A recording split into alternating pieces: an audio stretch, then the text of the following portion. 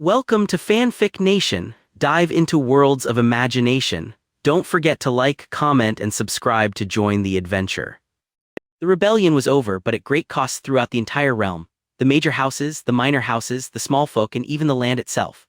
King Aerys II Targaryen, more commonly referred to as the Mad King, had been removed from power by force, and the realm was about to begin its road to recovery. Even with the late Robert Baratheon's attempts at getting revenge and justice for his assumed kidnapped betrothed, House Targaryen remained the ruling family of the Seven Kingdoms. King Rhaegar Targaryen, first of his name, had been crowned shortly after his father's death along with his queen Elia Martell Targaryen, but both monarchs had hoped for a third to be crowned on that day alongside them. Lyanna Stark was the breath of fresh air that their stagnant marriage had needed. Both Rhaegar and Elia were good friends but romantically indifferent towards each other, which was not helped by the fact that the Maesters had advised for Elia to not birth any more children after the struggles of birthing her first child Rhaenys, and the expected problems they predicted would occur when birthing her second, Aegon, with the later almost killing her.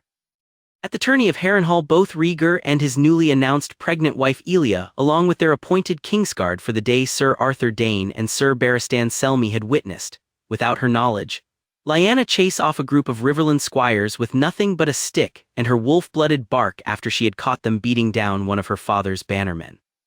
Lyanna would later go on to procure a mismatched set of armor and enter the lists with only one task in mind: unhorse the knights whose squires were responsible for the beating of her now good friend Howland Reed. She was dubbed the Knight of the Laughing Tree, and would succeed in her task, demanding that the fallen knights chastise their squires in order to ransom back their horses and armor. Shortly after, Lyanna would sneak away to remove her armor but would find that she had been followed by none other than the Crown Prince himself Rhaegar and his sworn sword Sir Arthur Dayne. Rhaegar and Elia had a pretty good idea on the identity of the Mystery Knight, so when the forever paranoid king had claimed and was wholeheartedly convinced that the Mystery Knight was an enemy, Rhaegar, on the advice of Elia, had announced to his father that he would attempt to find this knight for him alongside Sir Arthur, and would return with them if he was successful. Obviously, Rhaegar and Elia just wanted to make sure nothing would happen to Lyanna, but also wanted to meet this beautiful northern soul to hopefully get the ball rolling on Rhaegar and Elia's brand new plan.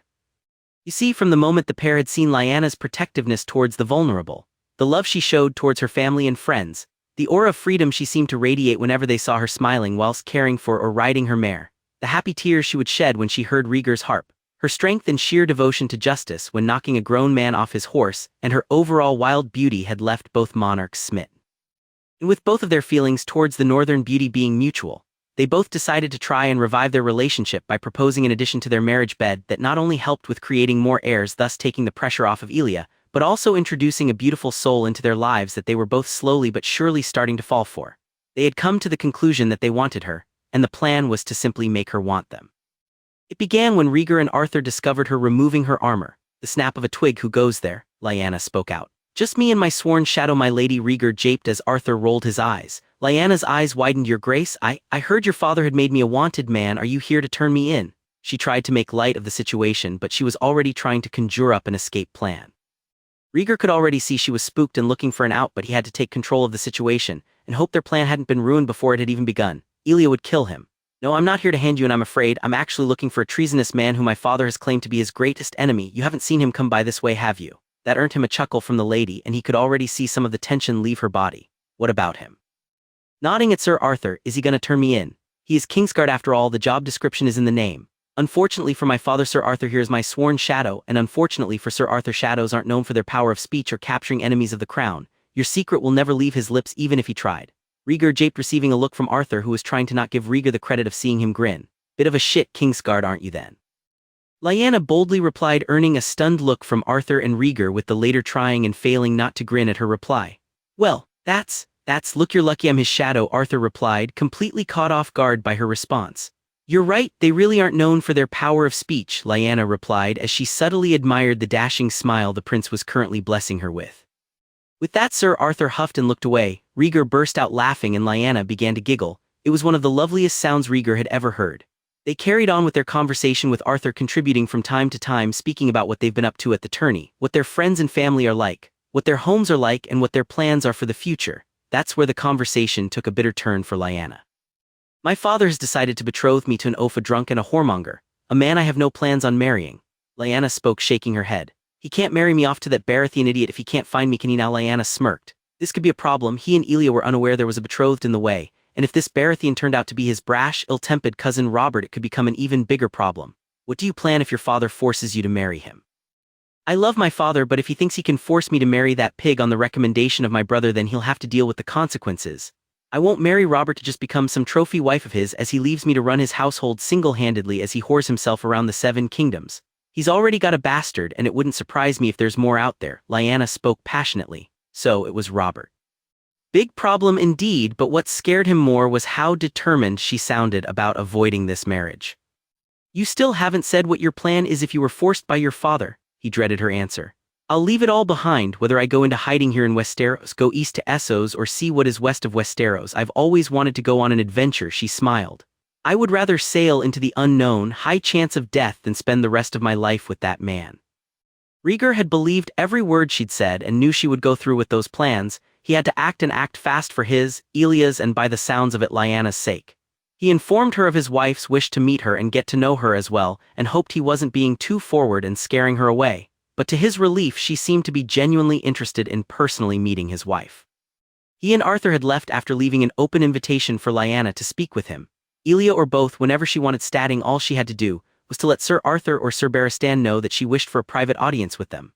It hadn't taken long for Lyanna to take up that offer, and the 3 of them were enjoying sweets, fruits and Dornish red, along with relaxed conversation, and even a bit of flirting between Elia and Lyanna that very night.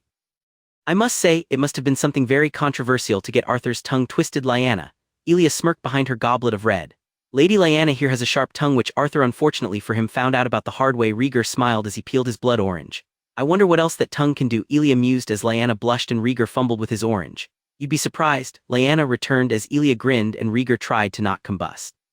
And with that, their budding relationship started to slowly grow. All 3 started to enjoy their nightly meets, with each night becoming progressively flirtier than the last, but keeping it innocent, even though in their minds all 3 wanted to push the boundaries with touches and kisses. Rhaegar and Elia knew they had to keep it innocent. They couldn't force this plan of theirs. It needed to be mutual between the 3 of them. They also needed to consider a way to get Lyanna out of this betrothal she so vehemently hated the idea of. The next day was the last day of the tourney. Rhaegar had successfully unhorsed man after man and earned his place in the final of the joust. Elia had managed to pull Rhaegar away for a few moments to tell him of her idea. You want me to what? Wouldn't this just incite tension and anger, Elia? Rhaegar answered, worried that this plan of Elia's could come back to bite them. If you win, you can split the garland between me and Lyanna. I'll be smiling throughout the whole spectacle so nobody will see that I'm displeased of your actions. Blue roses are Lyanna's favorite, as we found out last night. She would love it. Elia pleaded with Rhaegar. She was confident this act would get the plan moving a little quicker. Jon 14 years Jon had lived in Winterfell with the Starks, and the majority of that time he'd felt misplaced and experienced a lack of belonging. He didn't hate the Starks, far from it in fact. He loved his brothers and sisters, but he always found himself on the sidelines, in the shadows, a +1 if you will when it came to actually belonging in the Stark household. There was a lot of reasons for that, but in the end it all boiled down to that one word: bastard. It was bullshit. How in the world could anybody with an ounce of logic in their head blame somebody for the situation of their birth? But they did, and that was just the sad reality of the world they lived in. The parents a majority of the time would get away with a slap on the wrist, and an earful from the missus, and the bastard in question would be ridiculed and pushed under the feet of the better, more powerful people in today's society. And they wonder why bastards snapped and caused wars. Not this bastard though, no, he would never usurp his siblings for their positions, even if a certain stuck-up trout of a woman thought otherwise. Cow? No, let me take that back, that's being a bit harsh. Cows are at least somewhat useful with their milk and their meat and their leather. A lot more useful compared to that thundercunt.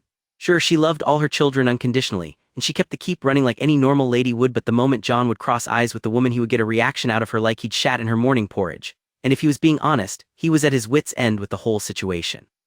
He was currently returning from the rookery where Maester Luwin had tasked him to deliver some scrolls to Lord Stark when all of a sudden Lady Thundercunt came.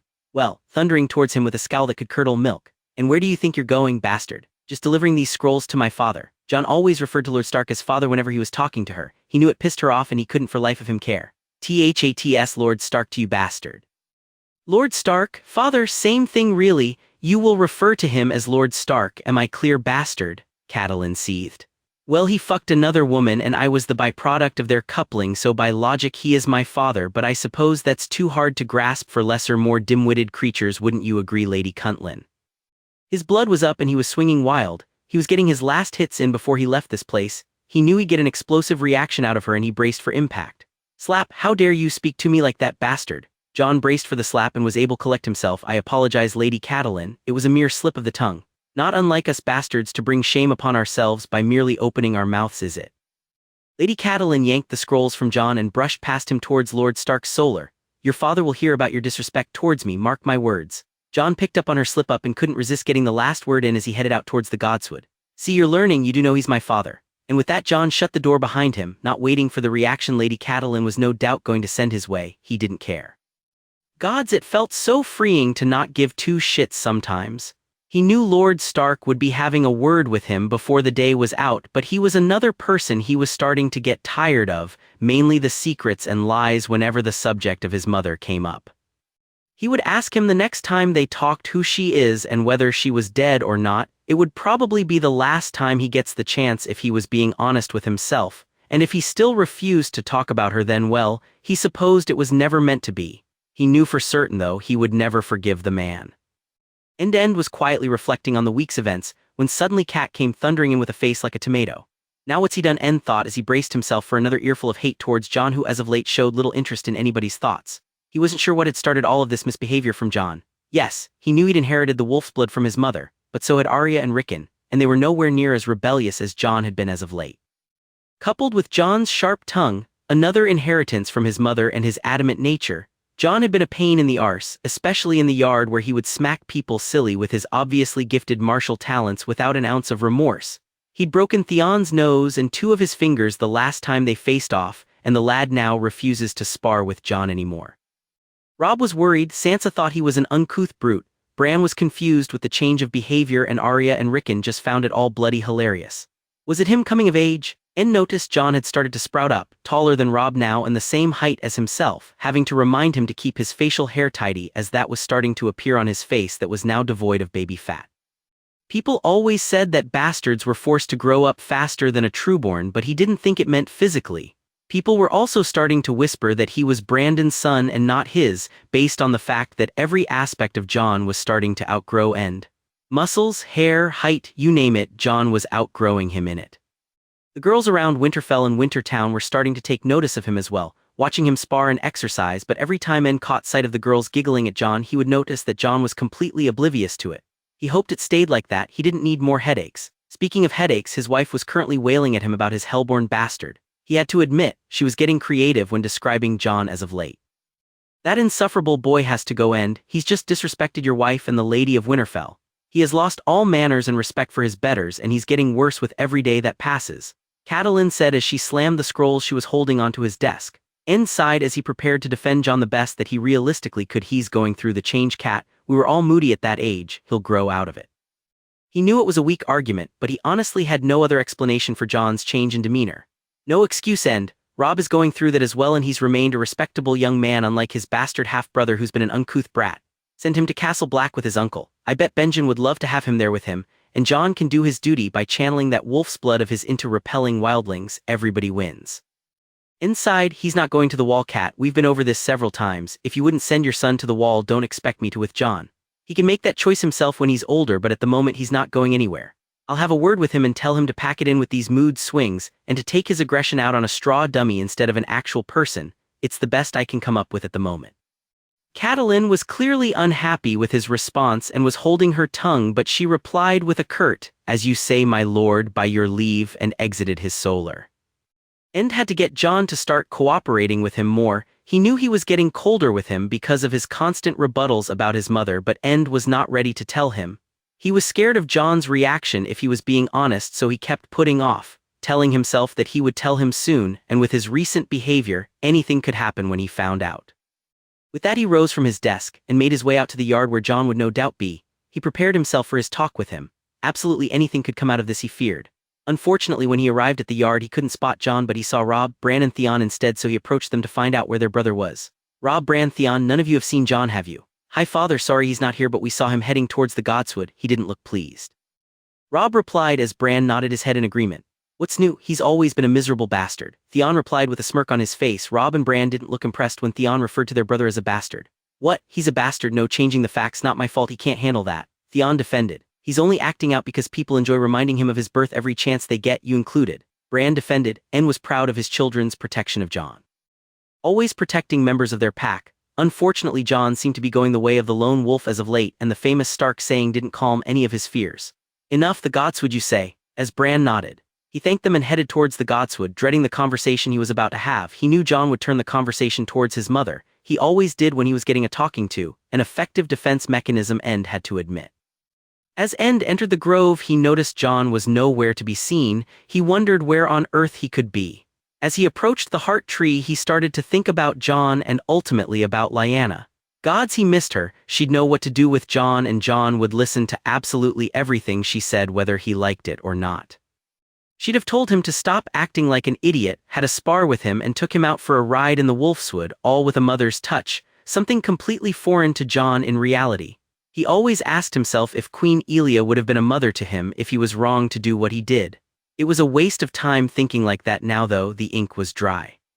With his prayers finished, End got up from the heart tree and made his way back to the yard to see if Jon had returned through there, and lo and behold, he had. Jon was currently sparring with 3 of Winterfell's guards. Well, sparring was not the word for it. Jon was throwing more punches instead of swinging his sword.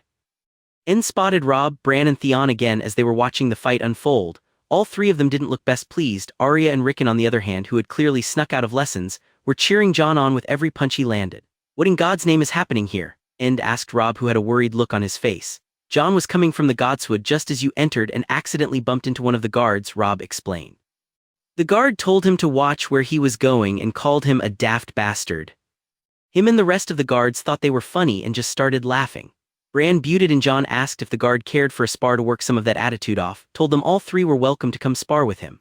Obviously the guards wanted to bring Jon down a peg or two, so they agreed. 5 minutes later the spar became this. Jon's already broken Todd's nose for his daft bastard comment, and now he's just throwing them around. "You should be on Jon's side. He's just standing up for himself like any Stark of Winterfell would. I would have done the same if I was in his shoes," Arya defended as Rickon nodded his head in agreement. "I am on Jon's side, Arya. I'm just worried that he's gonna bite off more than he can chew one day and get seriously hurt." Bran replied with genuine concern for his brother. The sight warmed End's heart. "Well, it doesn't matter anyway. Jon's already won and left," Robb intervened. End looked to the yard to see the 3 guards dusting themselves off and grumbling something incoherent as they walked off to lick their wounds. Jon was nowhere to be seen. "Now where's he gone?" End thought aloud. Theon came to his aid, informing him that he saw Jon walking towards the stables. "Oh no you don't, you little sod. That was your mother's trick, that, taking her horse for a ride to avoid being reprimanded for something she'd done." All End heard as he made for the stables was Arya calling Theon a grass and Bran asking Robb if Jon would be okay. End was getting worried now. Jon seemed to be lashing out at every chance he got, and a pattern was emerging. It all revolved around that one word, bastard. And End felt like utter shit about the whole situation he'd put the lad in. He got to the stables as Jon was saddling and packing a horse, a sudden sense of dread taking root. "Where are you off to?" End asked him as Jon realized he wasn't alone in the stables. "Just going to take a ride through the Wolfswood to clear my head, that's all." "Why, what's up?"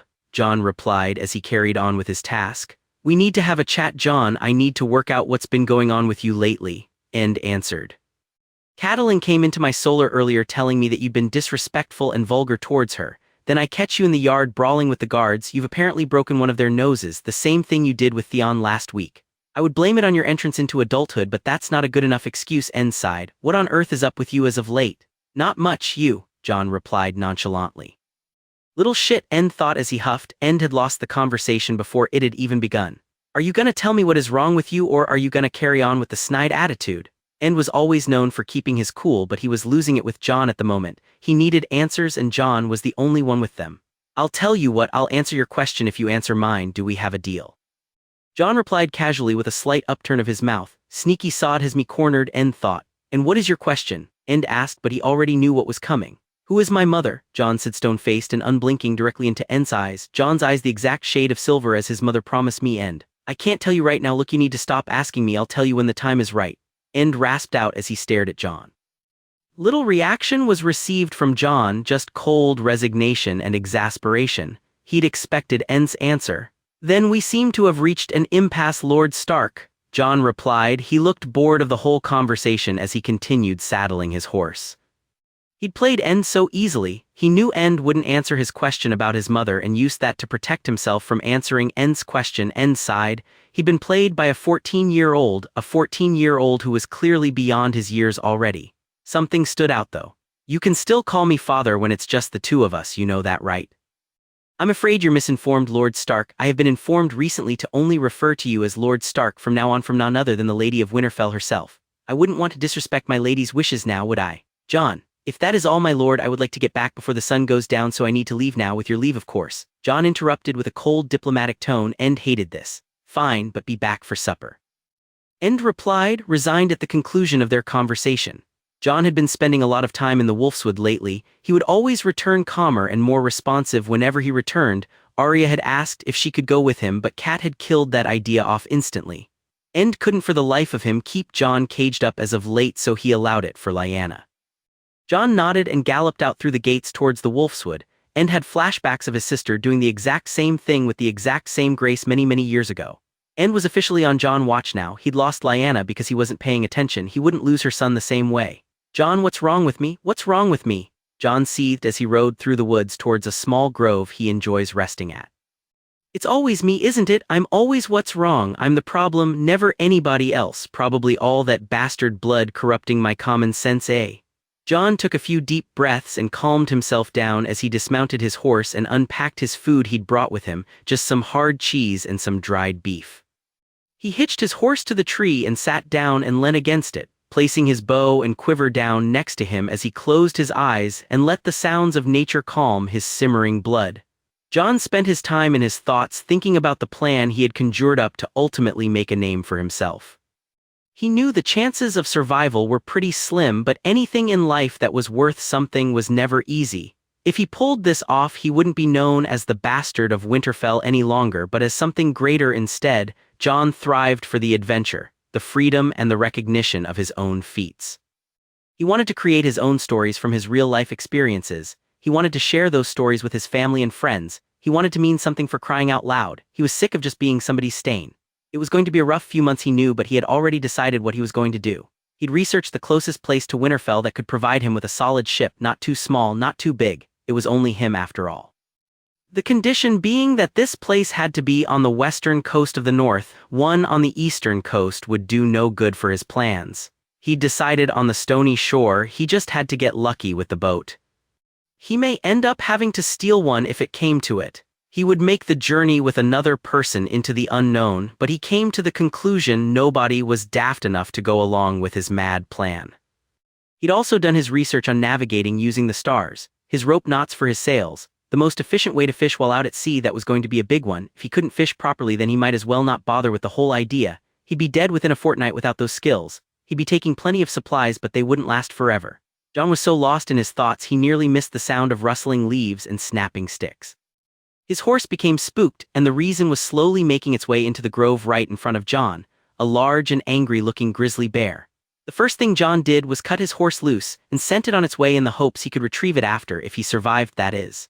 He grabbed his bow and his arrows and rolled out of the way just in time to avoid the charging bear and losing his arm there and then. The beast collided with the tree and shook it to its roots. Gods, this thing was big, must weigh at least 900 pounds. It was huge.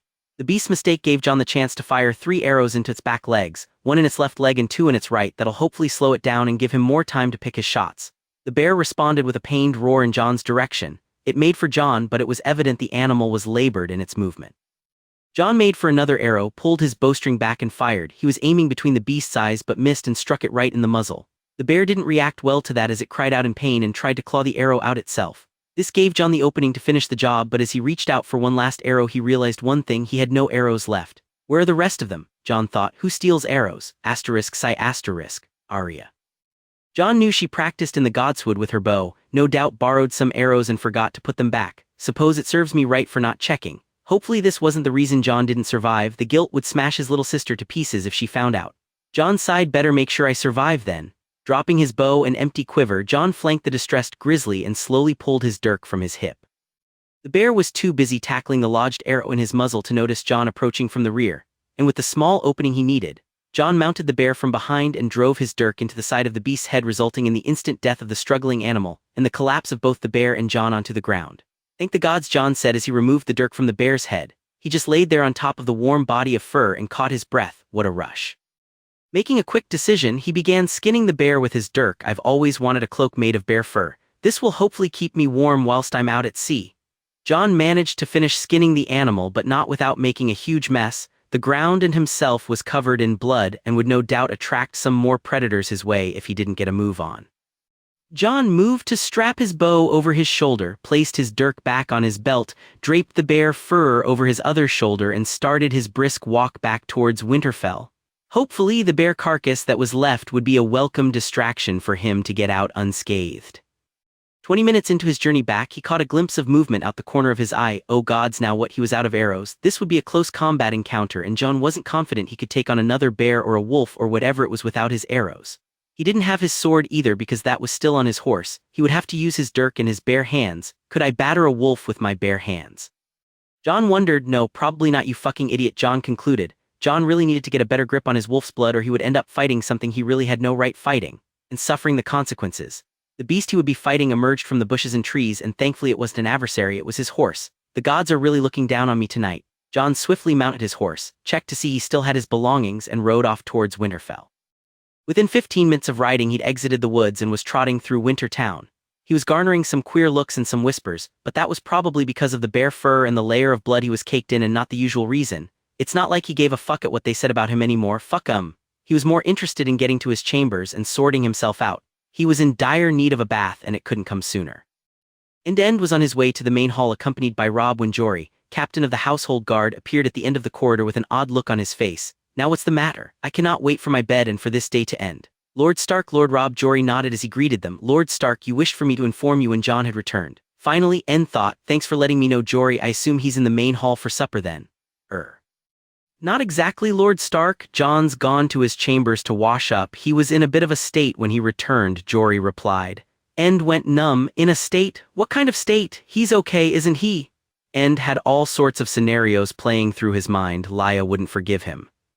He's okay, Lord Stark. Jon assured me that none of the blood was his, Jory announced. Lord Stark didn't look pleased with the casualness of the statement, so Jory explained. He returned through the gates unrecognizable from a distance. He was covered from head to toe in blood, but he assured me it wasn't his blood. Told me he got ambushed by a grizzly and confiscated its skin for spooking him. Jory chuckled. I wouldn't have believed him if it weren't for the huge bear pelt he was carrying with him. Told me he wasn't too clever at skinning large animals and made a huge mess of himself. He killed a grizzly on his own. Robb looked shocked but impressed. Like I said, that pelt he's got proved his word, a fine trophy, Jory finished as all three men reached the main hall.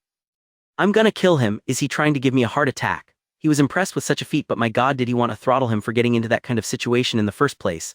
Oh Lya, have you made him extra difficult just to punish me? Don't you start getting ideas, Robb. It's difficult enough keeping an eye on him. I don't need you joining in with his escapades. I'll be having a word with him about getting into ridiculous situations as of late. End finished. The three men entered the main hall together. Jory took his post by the door whilst End and Robb walked up to the high table and took their seats. Catelyn was sat in her spot with Sansa to her left, with Bran sat next to her. Arya and Rickon were sat all the way to the right side of the table, and it was clear by the look Arya was giving Sansa that something had happened. What's all this then? End asked as he and Robb took their seats. Children being children, End. Nothing to worry about, Catelyn replied as she took a sip from her goblet. End turned to Arya. What's the matter with you then, little one? Sansa said Jon should just leave and go live in the woods that he likes running off to. She said if he was gonna act like a wild animal he should go live with them, Arya answered, burning a hole in Sansa's head with her glare. Maybe I'll join him if that happens. You will do no such thing, young lady. Now eat your meal and stop trying to start an argument with your sister, Catelyn said. I wasn't being cruel, I was just saying that if he enjoys going to the woods all the time he would feel more suited there, especially with his recent behavior, Sansa argued. He's not some stray dog you can just get rid of because you don't like him. He's a living person and he's our brother, Arya passionately argued back. Arya, I won't tell you again. Eat your supper and stop with this nonsense about your half-brother, Catelyn warned. He's got 2 arms, 2 legs and a head. He looks like a full brother to me, Arya returned as Rickon giggled at her response. End took charge of the situation. Enough, it's been a long day and I just want to have a nice quiet supper with my family. Is that too much to ask? Sorry, father, Arya and Sansa said in unison as Sansa looked down, but Arya was still giving her a death stare. All right then, End finished. It was relatively quiet for a good few minutes as people ate their food and quietly chatted, but that was broken when Robb decided to share Jon's story with Arya. He did what? Arya exclaimed as Catelyn glared at her. Killed a grizzly bear apparently. Still haven't seen the pelt myself yet, but I trust Jory wouldn't lie about something like that, Robb explained as the rest of the table took notice of the conversation. Arya's eyes lit up. Wow, I can't wait to see it. I bet the story is even better. Arya looked excited at the prospect of seeing the pelt and hearing a new story, and Rickon looked like a ball of energy ready to explode at any minute. What happened? Jon saw a grizzly bear, Bran asked, obviously missing parts and unable to hear properly, being sat at the other end of the table. Yeah, and he killed it and skinned it for its pelt, Arya replied, looking proud of her brother. Really? That's amazing. Bran looked equally amazed at Jon's antics. Catelyn told them both to quiet down and finish their supper. Arya didn't look best pleased with her mother shutting down her conversations whenever Jon was the topic of discussion, but complied. As the family was just coming to the end of their meal, the main door slowly opened and Jon snuck in and claimed one of the seats near the entrance. He looked freshly bathed with his curly dark hair still showing its dampness. End was the only person to notice him enter, so he took the chance to observe him from a distance in the hopes of seeing any subtle signs that would explain his recent attitude. He had a rough idea what it was about, and Bran earlier seemed to have the same idea, that one word, bastard. To start off with, he was sat on his own right in the dimly lit corner of the room. He'd always been a boy who enjoyed the peace and quiet of his own company, so that wasn't a red flag. He called over one of the maids to ask her if there was any supper left. She replied that she would fetch him some, looked down and blushed as she walked away to tend to her duties. End wasn't surprised at the girl's actions. Jon had been filling out and maturing rather nicely. If the reactions from some of the girls around Winterfell and Wintertown were anything to go by, he just hoped Jon wouldn't fall for the temptation. Thankfully, End was the only one who noticed the girl, as Jon seemed to be in a world of his own at the moment. He seemed so lost in his thoughts. End really wished he could help him, but he wouldn't talk him, and when he looked like he was about to open up, he would ask about his mother. End would tell him, but he was very confident Jon would take it the wrong way, and rightfully so, End mused. In every scenario that ran through his head, every single outcome had a negative impact, whether it be him or Jon.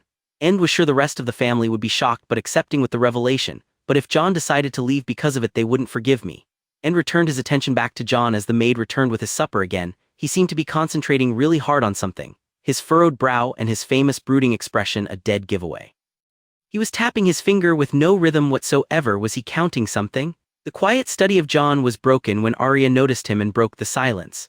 "Jon!" Arya shouted as she shot up from her seat and made her way towards him. Catelyn tried to stop her from acknowledging Jon, but one look from End was all that was needed to silently warn his wife. She was trying too hard to separate her children from Jon, and it was slowly wearing End down. She had managed to create a barrier between Sansa and Jon, but was evidently not successful yet with the rest of them, as Rickon too shot up and ran across to his older brother. "What can I do for you, my lady?" Jon replied with a smirk. "Ooh, now then, you little monster," Jon said as he lifted Rickon so he could sit on his lap. Arya replied with a punch to Jon's arm. "Don't call me that, stupid, you know I hate all that rubbish. Can we see your bear?" Rickon butted in, a look of excitement on his face. "My bear?" Jon replied, confused. "No, Rick, he's got a bear pelt. He didn't bring the bear back with him." "You didn't, did you?" Arya said questionably. "Sorry, but the only grizzly beast that's in this keep is sat on my lap," as Jon tickled Rickon, filling the hall with his laughter. "Stop, stop." I surrender," Rickon replied as Jon stopped his onslaught. "So did you really kill a grizzly bear?" Arya asked. "I did, but I didn't go searching for it. I was ambushed by it, and the only way I was to escape was if I could vanquish my furry foe," Jon replied as he exaggerated his voice to help charm the story to Rickon, who was staring at Jon like he was one of those heroes from his stories. "What happened next?" Rickon replied as Arya took a seat next to Jon. He could see in his peripheral vision that everyone apart from Catelyn was also listening in on Jon's tale. "Well, all of a sudden, the great beast bolted towards the tree I was sat under and nearly caught me if I hadn't rolled out of the way to grab my bow.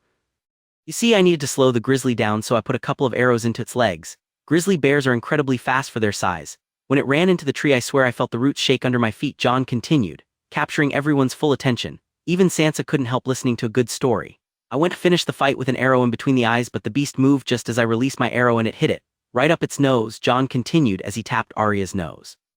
Rickon giggled and Bran had a smile on his face.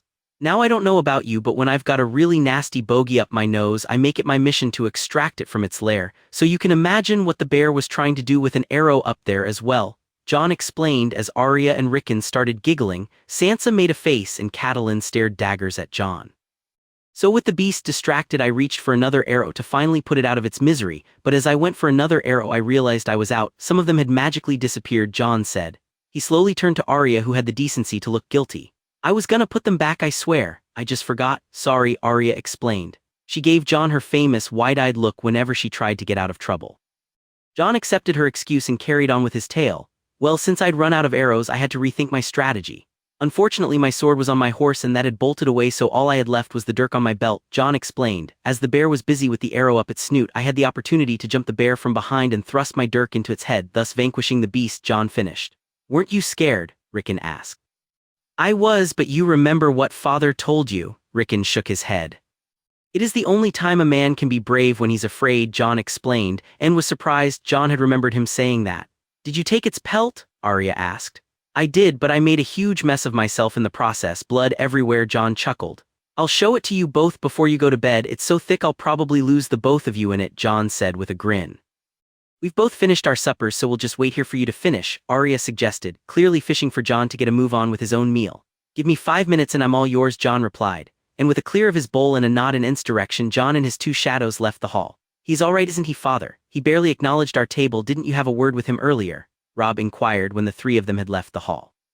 Inside, I did have a word with him. I think he's just feeling a bit unwanted at the moment. Sir Roderick had suggested grooming him to be the next Master Tarms after he's retired. I agreed with him. It's no secret Jon is very gifted when it comes to swordplay, and it would not only give him more purpose that he feels he's lacking at the moment, but it would also keep Jon at Winterfell for years to come. Something I think you and me both have been worrying about recently. If you say so, father, Robb replied, but didn't look confident with Ent's plan. Do you not think that would help? End asked. I don't know, it just seems to me that he can't wait to get out. He's already got one foot out the door with all the time he spends in the Wolfswood, and Mother and Sansa aren't exactly welcoming with him. Robb said and continued, if he'd heard Sansa's suggestion about living in the woods, he wouldn't have taken it as an insult. He'd have taken it as a genuine possibility for him. He's already proven he can handle himself out in the wild if that story about the bear is anything to go by, and I'm concerned he's gonna realize that there's nothing stopping him from going through with it, Robb finished. End had a lot to think about. Jon chuckled as he watched Arya and Rickon run ahead of him towards his chambers, a sadness washing over him as he realized that tonight would be the last night he spent with them for a while. I can't be thinking like that. I have to leave for my own sake, no backing out. As he followed them into his chambers, he realized he'd left all the books about sailing and fishing he'd been reading from the library all over his desk, and unfortunately Arya picked up on them pretty fast. What are these?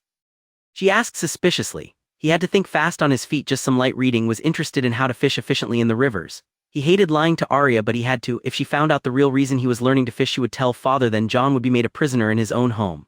Oh okay, she accepted, but Jon knew she was suspicious. So, where's this pelt? Arya asked, but Rickon had already found it. Why's it so wet? Rickon asked as he had the thing draped over him. Get that off, Rick. I washed it in the bathtub after I'd used it myself and left it to dry in front of the fireplace, Jon said as he removed the pelt from Rickon, his tiny body emerging from its depths. You should have heard the maid when she came to clean out the tub. She sounded like she was gonna throw up when she found all the blood and bits left in there, Jon chuckled. Are you gonna make a cloak out of it? Sansa might help if it involves anything with a needle and thread, Arya asked. I haven't decided yet, but most probably. I've always wanted a bearskin cloak, Jon proclaimed. Arya went and joined Rickon, who was sat on Jon's bed and looked up at Jon with those slate eyes of hers, almost as if she was trying to find something. Are you okay, Jon? Arya asked in such a sincere way it almost made him tear up. I shouldn't have favorites, but I just can't help it with Arya. What makes you ask that? Jon asked. Arya was clearly thinking on how to word her next sentence. I don't know, lately you've just looked fed up with everybody, that's all, Arya answered. Is this about me breaking Squidkid's nose? Jon replied. Arya chuckled. No, not that. He deserved that. He deserves a lot more, but you were the only one to bring him down a peg. Arya then continued. No, it's more. You just seem more outspoken whenever somebody mocks you. Father says it's the wolf's blood coming through. Apparently I'm going through the chain, so that's probably why I have a shorter fuse, Jon answered. Your parents are gonna go insane when it happens to you too, Jon chuckled as he deflected. Arya was hitting too close to home with her evaluation of him. Jon has had wolf's blood all his life, but he's had to learn to control it. Him coming of age had not changed his situation with it either, so he knew it wasn't that. It was more a self-loathing issue he had, and he'd realized he had to discover himself to be truly happy. Arya didn't look convinced. Are you sure? She asked as she nibbled on her lower lip. I'm positive, Arya. I'll be fine, honestly. I'm getting annoyed with this conversation and I haven't bitten your head off, so it's not like I'm going insane, is it? Jon replied. He wanted this topic of conversation over for many reasons, the main one being the fact he could feel his soul being chipped away bit by bit every time he lied to his little sister. Yeah, but that doesn't count. I'm your favorite sister and you love me, Arya replied cheekily. Hey, what about me? Rickon exclaimed. You're my favorite sister and I love you too, Rick, Jon smiled. Good, Rickon replied with a smile as he carried on playing with the bear fur, completely oblivious to what Jon had just said. Jon looked through his window and knew he needed to get a couple of hours sleep in before he departed. So with that he caught Arya and Rickon in a big group hug which lasted longer than his normal ones and escorted them back to their wing of the keep. The family wing, Jon thought bitterly. He said goodnight to each of them as he hugged them one last time before making a swift getaway back to his chambers before he became a teary mess. Stay strong, Jon. He returned to his chambers and collapsed on his bed. He just let the tiredness take hold of him. Jon later woke up groggy and miserable. It was pitch black out. He must have had 4 or 5 hours sleep. He wasn't sure, but he knew it was time to get packed. He got up and picked up the books he had borrowed off his desk and carried them under his arm. He then grabbed the empty sack he'd managed to obtain, exited his chambers and made his way towards the library. Jon, a master of keeping to the shadows all his life, managed to return the books to their rightful place without a problem. His next task was to acquire some rations for his journey. He knew he'd have to restock at the stony shore, so he didn't plan on borrowing much. With that, he made his way towards the kitchens, but not without nearly getting caught by a guard. He managed to dart into an alcove just before the guard came around the corner into the corridor he was in. Close one. He arrived in the kitchens, and quickly filled up his sack with apples, hardtack and some dried beef jerky. He didn't grab any water, as he'd already filled 3 skins up in a stream he knew about in the Wolfswood earlier that day. With his sack full, he made haste back to his chambers, keeping an extra eye out for patrols. Back inside his room, Jon tied up his sack, washed his face in the bowl of water that was left for him in the morning, and proceeded to change into his warmest clothing, all black of course. Jon then placed the 6 sealed notes he had written individually for each of his siblings and his father on his desk so that they could be found the next day, when he'll be long gone. The notes themselves were just him saying that he's sorry he didn't say goodbye in person, that they aren't the reason he left and that he will always love them, and he hopes they will one day forgive him for leaving. His father's note explained that he didn't want to come in between him and his wife anymore, that he felt stagnant and useless in his day-to-day life, that he just wasn't happy anymore, and that he wanted to enter the world and make a life for himself and not others. Jon also mentioned that he didn't understand his reluctance to tell him about his mother, and that he hoped the information he kept from Jon was worth it for whatever the reason. Jon shouldn't have written the last part about his mother, but he was too bitter at the thought of it all. Jon pulled on his boots and pulled on his black cloak with a bow slung over one shoulder, his bare pelt rolled up and hung over his other shoulder, a quiver full of arrows on his back and his sword and dirk strapped to his hip. Jon grabbed his sack of supplies, a bag of gold dragons he'd been saving up for the year, and headed out of the keep. He knew if somebody saw him he was busted, so he hurried down towards the godswood and made one last prayer to the old gods, a prayer keeping his family safe and another praying for a fruitful journey on this suicide mission he was going on. As soon as he was done with his prayers, Jon jogged to the stables and saddled a horse for his journey. He packed his sack of supplies and his gold in his saddlebags, tied the bear fur on the back of the saddle, and led the horse out and towards the hunter's gate. He knew this was the less guarded gate, and he knew how to distract the guards. With the kennels being close by, Jon rattled the hounds up by banging on the bars, and he led his horse down the side of the Meister's turret and hid in the shadows. As the guard on duty, who happened to be Todd, who he had broken the nose of earlier, walked towards the kennels to see what the commotion was about, Jon mounted his horse and bolted out the gate before Todd knew what had even happened. Jon must have galloped towards the woods for 5 straight minutes before he realized he'd got out before anyone had seen him, the lack of bells ringing being a giveaway. He made one last look at the only home he knew, the home he had outgrown, or had it outgrown him? If he survived his adventure, he might see it again, but he was kind of coming to terms that this might be the last time he sees those gray walls. He knew he was gonna miss it, but it was mainly the occupants that resided there that he was going to miss the most. It was also because of some of those occupants that he decided to take on this venture in the first place. With a deep breath to steel himself, he turned his horse towards the woods and began his journey into the unknown, to a new beginning, 6 moons later. And En sighed as he finished reading over the ravens he'd received earlier that day. Nothing unusual, same reports he'd been receiving from all his bannermen. If En was being honest, he was hoping for some mention of anything to do with Jon. Before En could lose himself in his thoughts, there was a knock on his solar door. En told whoever it was to come in and was greeted by the face of his captain of the household guard, Jory. "What news, Jory?" "The scouts you sent a moon ago have returned, my lord," Jory replied. "And any leads, anything?" En replied hastily. "I'm afraid they couldn't find anything, my lord. They said the hounds lost the scent near a small river in the Wolfswood about a week out from here. Said they've been looking for weeks in the surrounding areas but found nothing. It was clear the lad didn't want to be followed." 6 moons.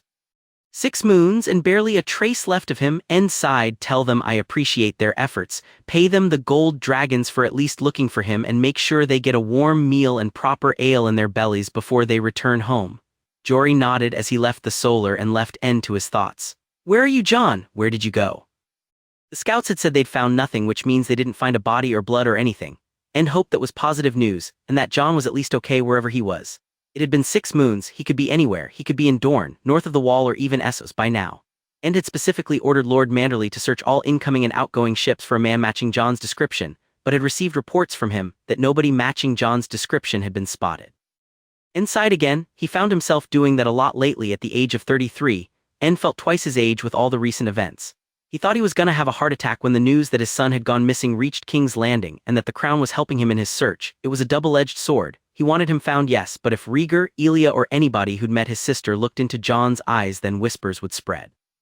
End leant back in his chair and reached into the drawer of his desk. He found the note straight away, the note written by Jon specifically for him, the contents of which kept him awake for many nights of the week. Dear Lord Stark, I write to you with a heavy heart. I write in the hopes that it will grant closure to both you and I, but I fear only one of us will receive such a thing. As a son you have treated me like one of your true-born children to a certain extent. I have gone needing for nothing, whether it be food, shelter, or education. I have grown up with my half-siblings that at times felt like full-fledged siblings, and I am eternally grateful for that. As a bastard you treated me with as much affection as you dare. You have been balancing your marriage and your wife's wishes with the wants and wishes of a bastard boy. This situation wasn't ideal for anybody. I came to the conclusion that something had to change. Your marriage couldn't realistically change without ripping the family apart, so that was never going to happen. As much as I appreciate daily reminders from your wife of the situation of my birth I had no control of, I do not wish to cause tension between the pair of you. With that I realized I had to leave for the benefit of your marriage, leave for the benefit of my future, and leave for the benefit of my own sanity. I almost didn't want to leave without finding out news of my mother, the woman I'm pretty sure I will never know the identity of. I don't understand your reasoning for withholding that precious information from me, but with the sheer amount of times you've denied me, I assume there must be a good reason for it. In the end, I hope it was worth it. If me leaving makes me a disappointment to you, if you think I'm just running away from my problems, then I'm sorry. This may be the last time we speak, and if so, then I love you, Jon. End wiped a stray tear away at the last part of the letter. End's parting gift to him was another denial about his mother, and Jon's parting gift was him saying that he loved him. Did I ever say that to him myself? End closed his eyes in shame, wondering if he'd said it spoke volumes. He wasn't the only person to receive a letter of their own. Everyone in the family received one, even Sansa, but Cat and Theon received no such thing as to be expected.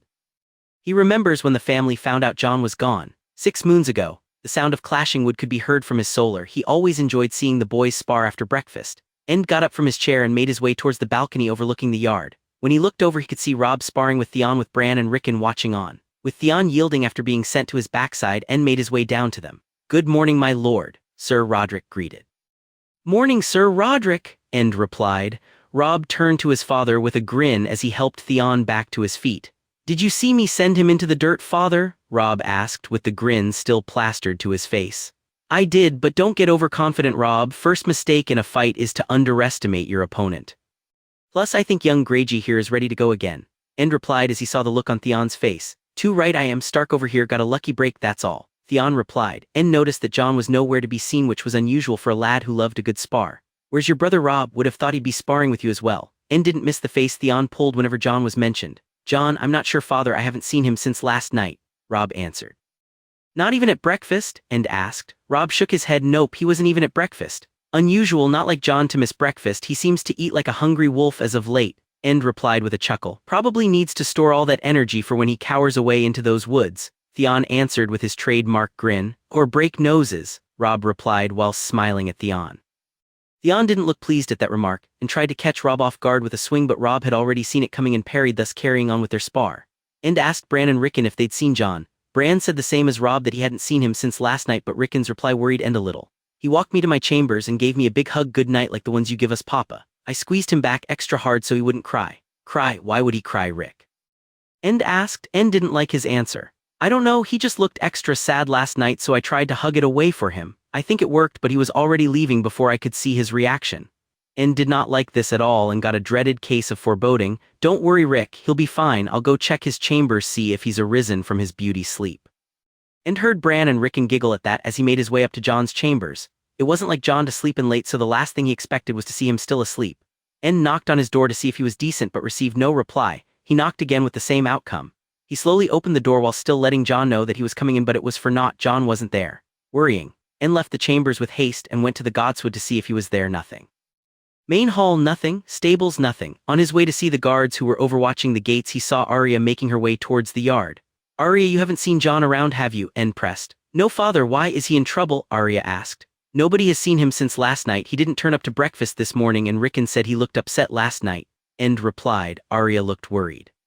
"He might have gone into the Wolfswood. He does spend an awful lot of time there. Have you asked the guards on duty if they've seen him leave?" Arya asked. "I'm just on my way there now. Go and have a look around, see if you can find him, and if you do, tell him I want a word." End answered as he went towards the Hunter's Gate to talk to the on-duty guards. Unfortunately, when he asked them, he was told nobody had entered or exited through the Hunter's Gate or any of the other 3 gates this morning. Now End was getting very nervous as he walked towards his solar, and his thoughts were confirmed when he saw Arya running through the corridor towards him with a handful of sealed letters and a face full of tears. "Father, it's Jon. I found these in his room." He's gone," Arya cried. End ushered her into his solar as she hugged his side. "What do you mean he's gone?" End replied. He felt like the walls were closing in. She handed him 6 letters, all sealed apart from one which had Arya's name on it, the rest of which had the names of all his children and one had his name on it.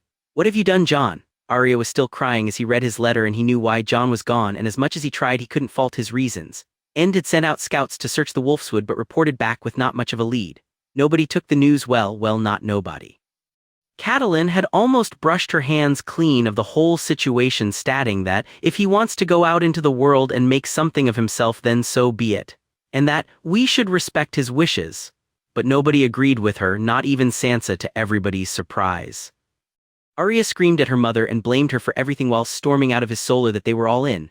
Rickon was silently crying into End's side. Sansa looked regretful, and Robb and Bran just looked distraught and disappointed.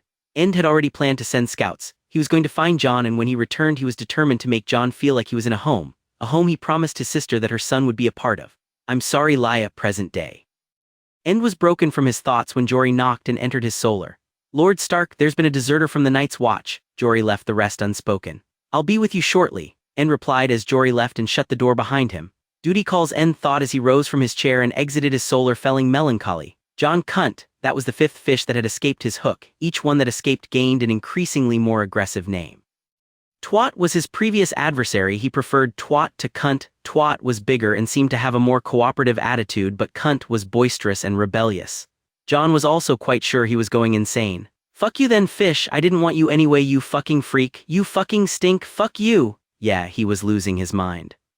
Jon huffed as he calmed his breathing. Exerting precious energy calling a fish a freak was not the smartest of ideas. "Why am I so angry towards a dumb fish?" Heading towards the front of the ship, Jon leant his arms on the railing and looked upon the horizon in the hopes of seeing some sort of land or anything.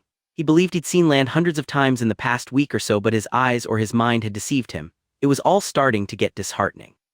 He was wondering if all of this was worth it. If the moment he finds land he'll just keel over and die from the first thing he comes in contact with, wouldn't that just be hilarious?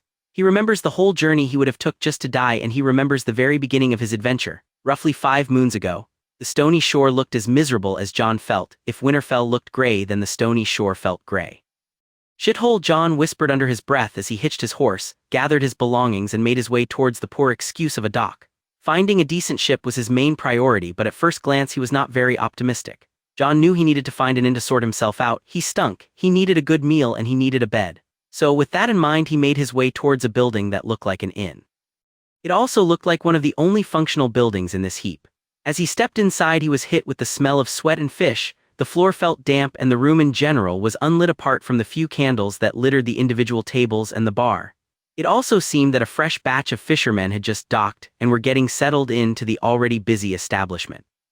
He found a quiet corner and called a maid over to take his order. He quickly found out that the inn was completely full. Fuck me. He ordered a fish pie and ale and started to mull over ideas on what to do next. No rooms meant he was sleeping in the woods again, and with the weather looking as miserable as he felt, he figured he'd be waking up wet.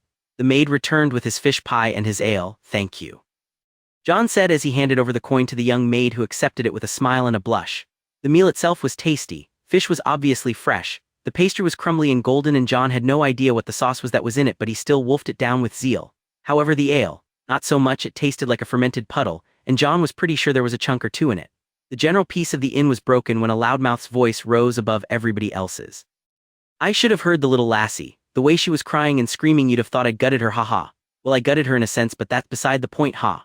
A scumbag of a sailor gloated to a fellow sailor at the table next to him, the sailor in question not looking remotely interested in what he was saying. Jon's mug creaked from the pressure with how hard he was squeezing it in rage. "Fucking disgusting pig." Taking a deep breath through his nose, Jon attempted to calm his ire. "Had her on the boat with me, was planning on making her my salt wife, bit young like, but a few weeks and I'd have worn her in, ha. Crazy bitch threw herself in the sea, never saw her emerge, pity." The scumbag finished with a belch. The other sailor that accompanied him finished his ale, got up and walked out.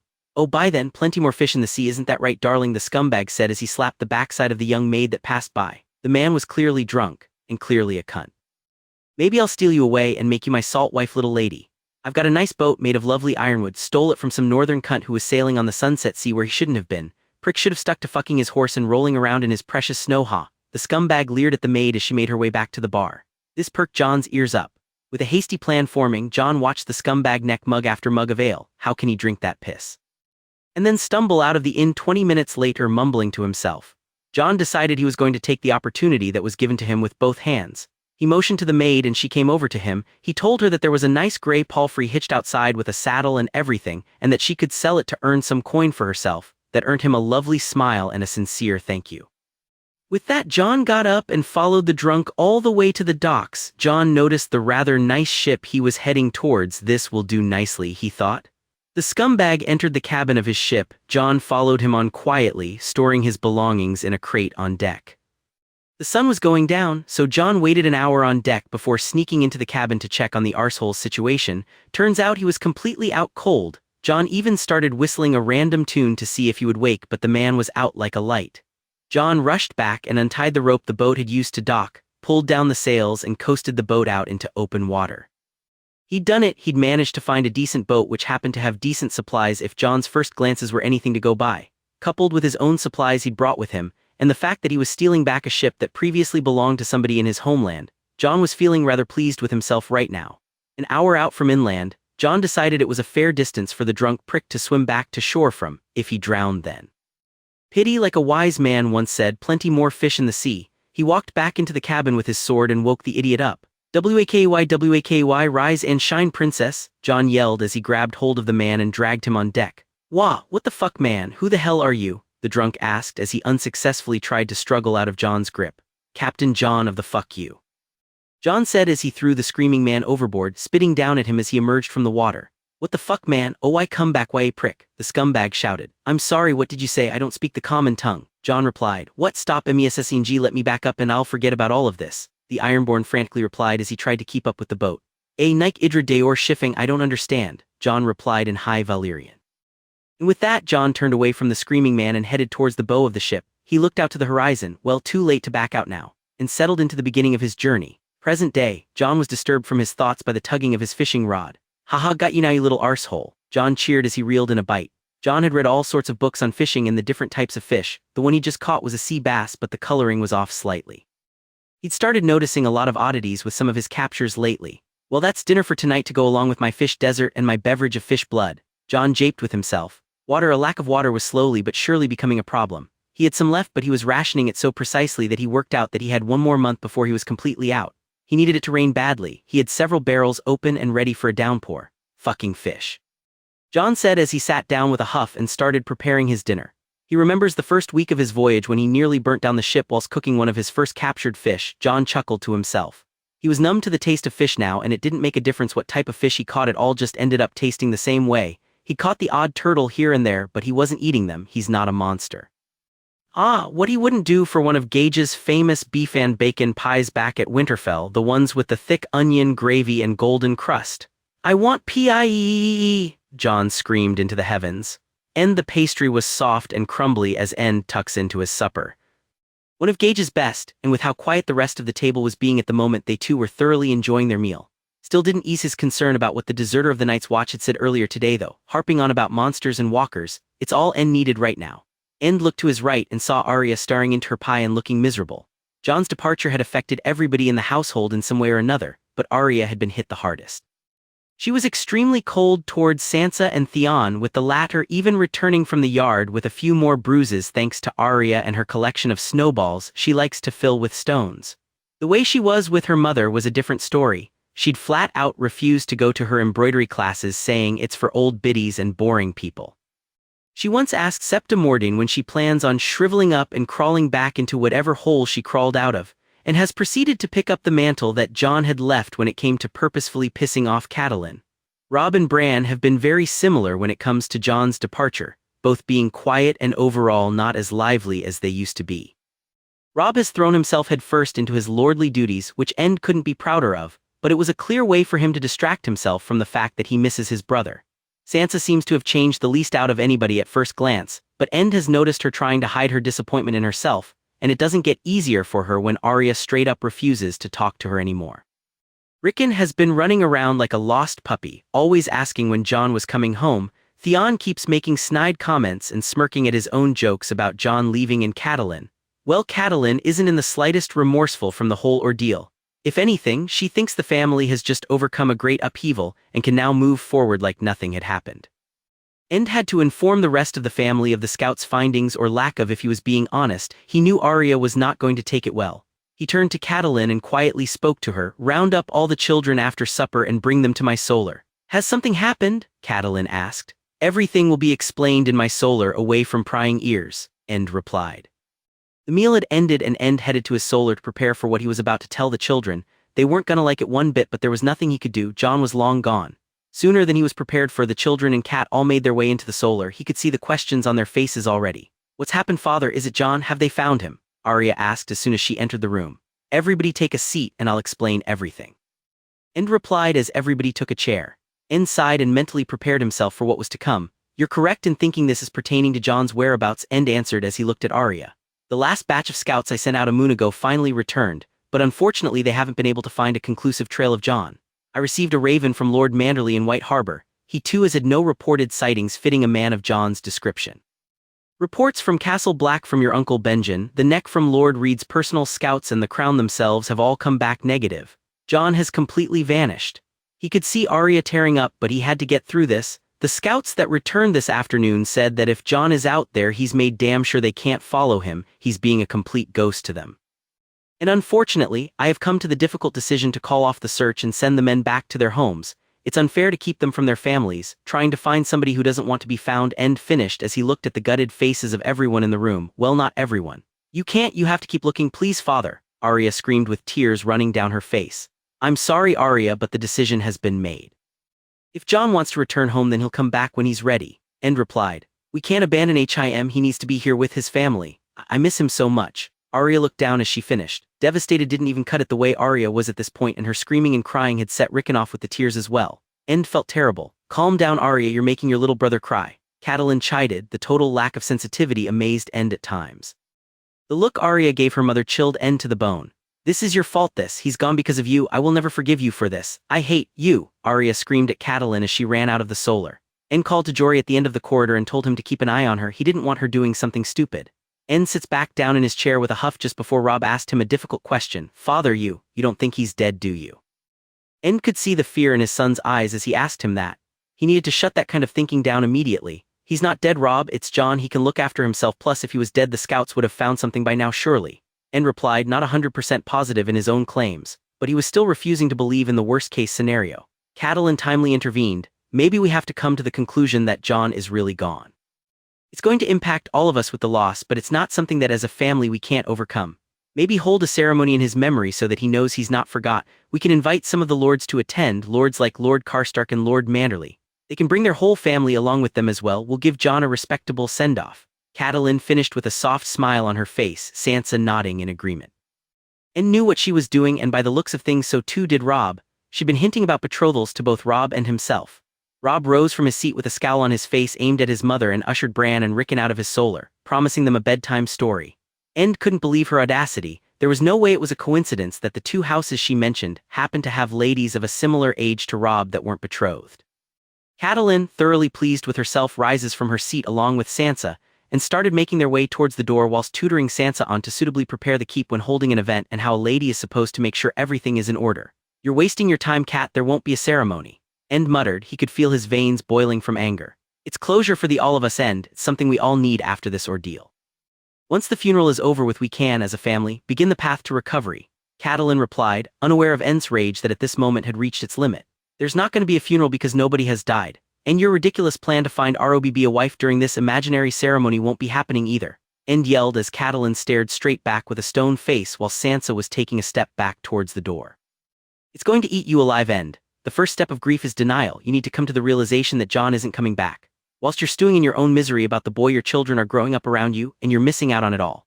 And with that, Catelyn and Sansa exited the room, but not without Sansa gracing him with a concerned smile which he returned for her sake more than his. "For fuck's sake," End yelled into the empty solar as he launched his chair across the room. Taking deep breaths, he realized he needed to calm down. He needed to pray, and there was only one place he could do that. Grabbing his cloak, he exited his room and walked past a concerned-looking Jory. "Not a word. En said to him as he exited the keep into the cold night and made his way towards the godswood to pray to his gods for too many reasons. Jon, there was a chill in the air. Jon could feel it on his face as he laid there on deck wrapped up in his trusty bear pelt. The sky was clear today and the seagulls were flying around in formation in perfect synchronization. It was mesmerizing. It was one of the many interesting things he'd seen on this trip, and Jon had seen a lot of things. He'd seen some beautiful things, like the oddly stripped fish that looked like it had almost something like bird feathers growing from it. He wanted to catch one and see what it tasted like, but if Jon was being honest, he was scared of shitting out a lung from poisoning. He'd seen some odd things like the dog he saw, or fish. Jon wasn't too sure what he'd seen that day. They were timid but friendly little creatures. Unfortunately, the moment he'd called out to one, they would dart away. And then there was the not-so-pleasant things like the thick fog he'd sailed through that lasted for nearly 2 weeks. The odd jagged rocks here and there that poked out of the water while sailing through, and don't even get him started on the rather long appendage that he swears he saw through the dense fog. That thing gave Jon nightmares. It was a miracle he'd even got out the other side. Thinking back to those memories, Jon's mind traveled even further into the past. Getting lost in his thoughts about his siblings was one of his favorite pastimes lately. About Sansa, when she would concentrate so hard on her stitching that the tip of her tongue would peek out of her mouth. Or Bran, who nearly gave Jon a heart attack when he decided to take a shortcut outside by climbing out of Jon's bedroom window. Of Robb, when he used to wake Jon up on a morning with a handful of snow to the face and a body slam for good measure. He thought about little Rickon, who he still to this day didn't understand what it was that he saw when he looked at Jon with a face full of awe. He thought of Arya, his biggest supporter. He hopes she's still soldiering on, being the biggest pain in the arse to her parents that she can possibly be, and hopes she's still turning a blind eye to Septa Mordin's poisonous teachings and beliefs. There was Theon. He can fuck off as far as Jon was concerned. And then came their parents. Catelyn Tully Stark was prejudiced, she was vindictive, she was a borderline extremist when it came to her twisted beliefs, and she was a bitch. Hate is a strong word. Jon hated her, nothing much else to it. And then there was his father, the Honorable Lord Eddard Stark. A man who at face value was the most upstanding person you'll ever meet, but to Jon he was a man guilty of lies and secrets, a man guilty of negligence. What on earth had Ned Stark done to deem it necessary to hide the identity of Jon's mother away from him? Am I the product of rape? Am I the bastard son of a woman who was already married at the time I was conceived? Did Lord Stark cuckold somebody? Oh God, please don't be Catelyn's crazy sister. Jon shuddered. It's whatever, that's all in the past now, nothing he can do about it. His mother might as well be the fucking queen at this point. It wasn't gonna change anything. As much as he tries to keep a positive outlook for the future, he wasn't naive. Jon was pretty sure he was gonna die soon. He'd seen no boats, no people, no land, there was nothing, just an endless horizon for half a year. He couldn't return back. A lack of supplies would finish him off before he even saw Westeros again, and he'd still have to sail back through the mass of jagged rocks and dense fog. He only just survived by sheer luck on the way here. Jon rubbed his face in resignation, brushing his fingers through his thick beard. He was rather proud of, if he was being honest. He knew it needed a trim, and so did his hair, hanging past the top of his shoulders. He'd ended up tying it up in a bun, something he'd never done before, and he still wasn't sure if he liked it or not. Regardless, it needed cutting for what it was worth in the long run. With a sigh, Jon closed his eyes and listened to the sound of the waves. It always lulled him, and he would nod off pretty easily. It wasn't the only thing that helped him sleep. The sound of water splashing, of the waves rocking the boat like his mother would rock him to sleep when he was a baby, if she wasn't a phantom from Jon's dreams. The sound of the odd seagull cawing in the distance, the flapping of his boat's sails, the distant shouting of fellow sailors. Wait. Jon's eyes shot open as he jumped to his feet and looked in the direction the shouts were coming from. In the distance, about 150 yards away, he could see an odd-looking sailboat. It had an awning of sorts built right in the middle of it, and underneath it there were 2 people shouting and waving their arms in his direction. Pirates, or so Jon thought. As he prepared for an attack, grabbing his sword that was leant against the main mast, the odd-looking boat gently coasted towards the side of his. He was higher up than them on deck, so he got a good view of them. They looked nothing like pirates. They looked different in a way he couldn't describe. The 2 men were looking up at him with friendly expressions, but also seemed to be working him out as well. The man on the right shouted up at him in a language totally foreign to Jon, so all he could do was shrug his shoulders, point to his mouth and shake his head. The man seemed to realize the situation and started talking with signs as well. He pointed to himself, then pointed to Jon, and then finally pointed towards the horizon while nodding his head. Confused, Jon looked to where the man was pointing and his eyes grew wide. They wanted him to follow them in the direction they were pointing, to land, to actual land. Oh my God, I did it! I actually did it! Jon thought as his heart threatened to burst. Land ahoy.